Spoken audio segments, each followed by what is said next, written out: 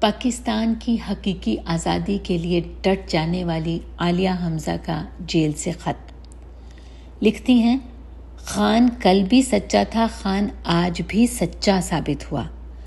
خان کل بھی پاکستان اور پاکستانی قوم کی جنگ لڑ رہا تھا، خان آج بھی پاکستانی قوم، آئین اور قانون کے لیے قید و بند کی صعوبتیں برداشت کر رہا ہے۔ سائفر کے بارے میں لکھتی ہیں، سائفر تو ہے ہی نہیں سے، سائفر ایک کاغذ کا ٹکڑا سے، سائفر ایک فرضی خط جو خان نے اپنی حکومت بچانے کے لیے لہرایا سے، سائفر گم کر دیا گیا۔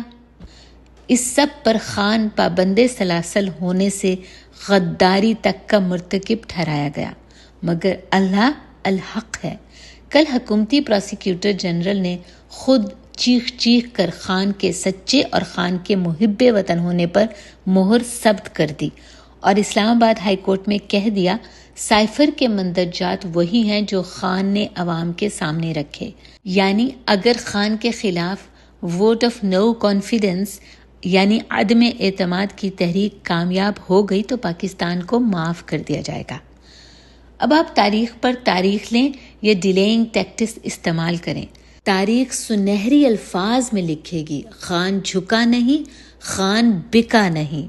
وقت کے سقراط نے اپنی عوام کے لیے زہر کا پیالہ یعنی جیل جانا قبول کر لیا، مگر اپنی عوام کو سر اٹھا کر جینا سکھا دیا اور اپنے عمل سے بتا دیا کہ وہ پاکستان خان ہے۔